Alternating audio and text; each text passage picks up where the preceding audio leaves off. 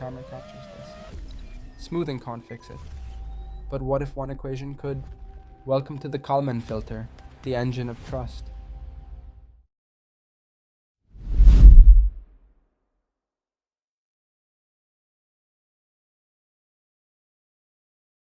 Imagine you're filming a crisp, beautiful video handheld or tracking an object from a drone.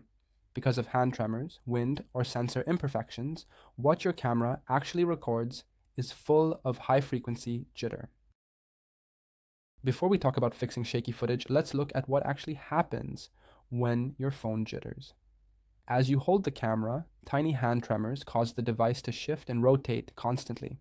Because the camera is physically moving while capturing frames, the resulting video looks jumpy and blurred. To counteract this, your phone uses a built-in gyroscope to continuously measure its own motion hundreds of times per second. It's trying to record the exact path of those jitters, but there is a catch. These gyroscope readings aren't perfectly accurate. They are infected with tiny electrical fluctuations or sensor noise. If we plot these measurements over time, they fluctuate around the camera's actual motion. Mathematically, we write this as zk equals xk plus vk, where xk is the camera's true motion, vk is the random measurement noise, and zk is the motion reported by the gyroscope. Our goal is to recover the true camera motion from these noisy measurements. Once we know that motion accurately, we can compensate for it and capture a sharp, stable image. So, what's the simplest way to clean up these noisy measurements?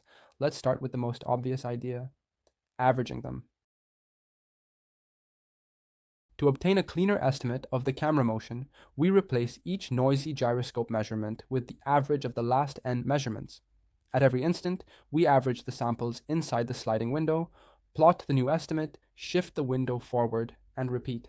The result is a much smoother motion estimate, but there is a catch. The moving average can only look at the past. When the camera suddenly changes direction, the average is still dragged down by older measurements in the window.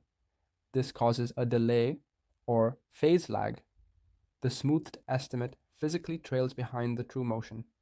If we use this delayed estimate to stabilize the video, the correction will be out of sync, making the footage feel sluggish. The moving average gives every measurement exactly the same importance, but does every measurement deserve equal trust? The newest gyroscope reading should tell us more about the camera's current motion than one from several frames ago. Exponential smoothing does exactly that. If we expand the recursive equation, we discover that the estimate is still a weighted average of all past measurements, but the weights are no longer equal. The newest measurement receives the highest weight, and each older measurement contributes exponentially less. This makes the filter much more responsive than a moving average. However, we're still left with a single tuning parameter, alpha. Choosing a small alpha favors smoothness, while a large alpha favors responsiveness. The fundamental trade-off remains. Why do these statistical filters always force us to choose between smoothness and delay? Because they see the gyroscope readings as nothing more than a sequence of numbers. They don't know that the camera is a physical object moving through space. Real camera motion follows the laws of physics. Position changes with velocity and velocity changes with acceleration. If we want smooth stabilization without introducing lag, our estimator must understand those dynamics, not just average the data. In the previous part, statistics reduced the noise, but it also introduced lag. That's because statistics only looks at the past. Physics does something much smarter. It predicts the future. Suppose we know two things: where the camera is and how fast it's moving, measured by our gyroscope.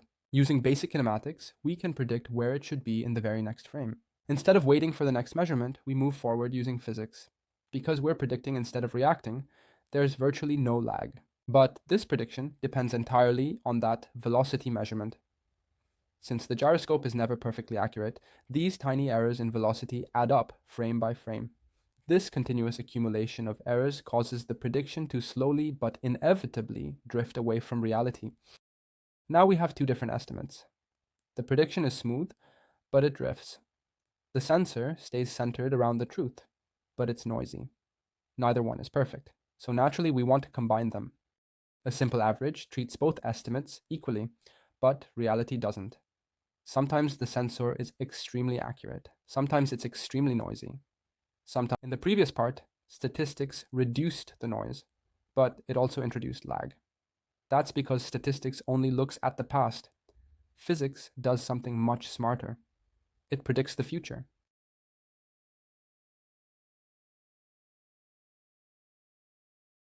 At the end of our last segment, we saw exactly why a rigid 50-50 average fails. A fixed weight cannot adapt to reality. Sometimes our physics prediction is spot on. Other times, our sensor provides the perfect anchor.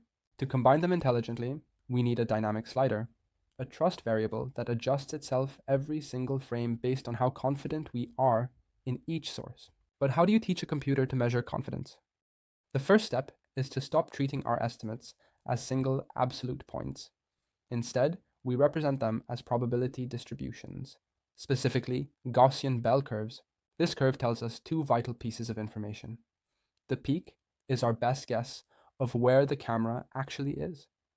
The width of the curve, or the variance, is our level of doubt. Remember how our physics prediction slowly drifts over time? As time passes without a measurement, our trust in the physics decays. Visually, its purple curve flattens out, spreading its probability across a wider area. It's mathematically saying, I think it's here, but honestly, it could be anywhere in this wide region. Meanwhile, our gyroscope has a fixed amount of electronic noise, but it doesn't drift. Its red curve stays narrow, confidently saying, I'm fairly certain the camera is right here. So, how do we fuse these two curves to find the absolute most likely position? Because the physics engine and the hardware sensor are completely independent of each other, the laws of probability tell us we must multiply them together. Think about it logically.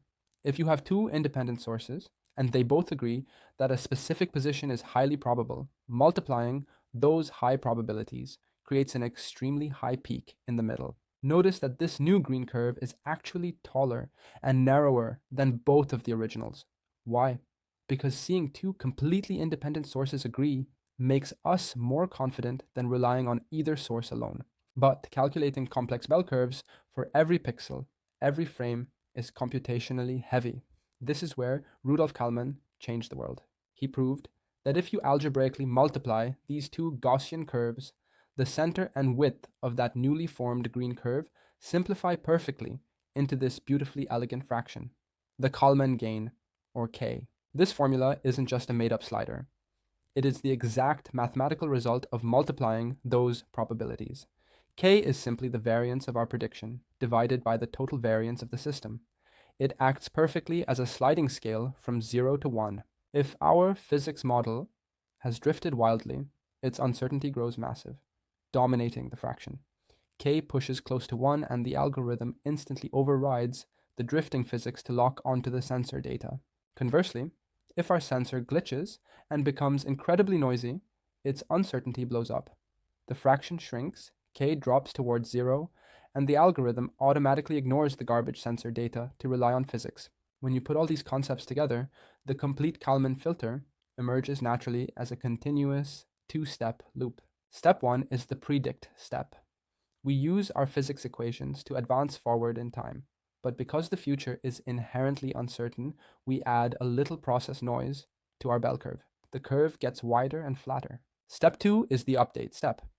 We take a fresh sensor reading, calculate the exact Kalman gain, and blend them together. Because we multiplied in new information, our uncertainty drastically shrinks. The bell curve spikes up, becoming razor thin and highly precise. Predict. The curve widens. Update. The curve spikes. Predict, it widens. Update, it spikes. It almost breathes. This is the heartbeat of the Kalman filter. And this elegant, continuously adapting loop is exactly what powers everything from your smartphone's video stabilization to rockets landing on Mars.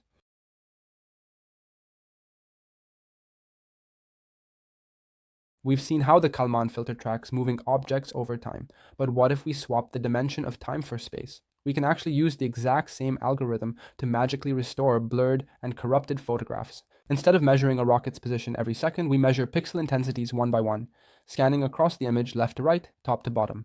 Our time step K is now simply our spatial pixel coordinate. In tracking, our physics model was velocity and momentum. But what is the physics of an image? It's spatial correlation. A pixel is highly likely to be the exact same color as the pixel immediately to its left or directly above it. We build our state transition matrix F as an autoregressive model. It mathematically predicts what the next sharp pixel should be, based purely on the sharp pixels we just restored. By multiplying the left pixel by 0.95 and the top pixel by 0.04, it mathematically guesses the color of the current pixel. It's essentially predicting the future, just spatially. But photographs aren't perfectly sharp. A camera out of focus spreads a single point of light across neighboring pixels. Mathematically, the camera acts as a terrible sensor. We model this blur as our measurement matrix H. It represents the point spread function. It tells the Kalman filter exactly how the camera scrambled the true image. If we know exactly how the camera blurred the image, the Kalman filter can mathematically reverse this process, gathering the scattered light back into a single sharp pixel. Now, we unleash the recursive heartbeat. Predict the next pixel using spatial correlation. Read the blurred pixel from the camera. Calculate the Kalman gain and update. Pixel by pixel, row by row, the filter optimally balanced the spatial prediction against the blurred data, mathematically reversing the blur matrix and filtering out sensor noise in real time. What started as a smeared, noisy observation is mathematically reconstructed into the true sharp state. The exact same math that lands rockets gives us crystal clear vision.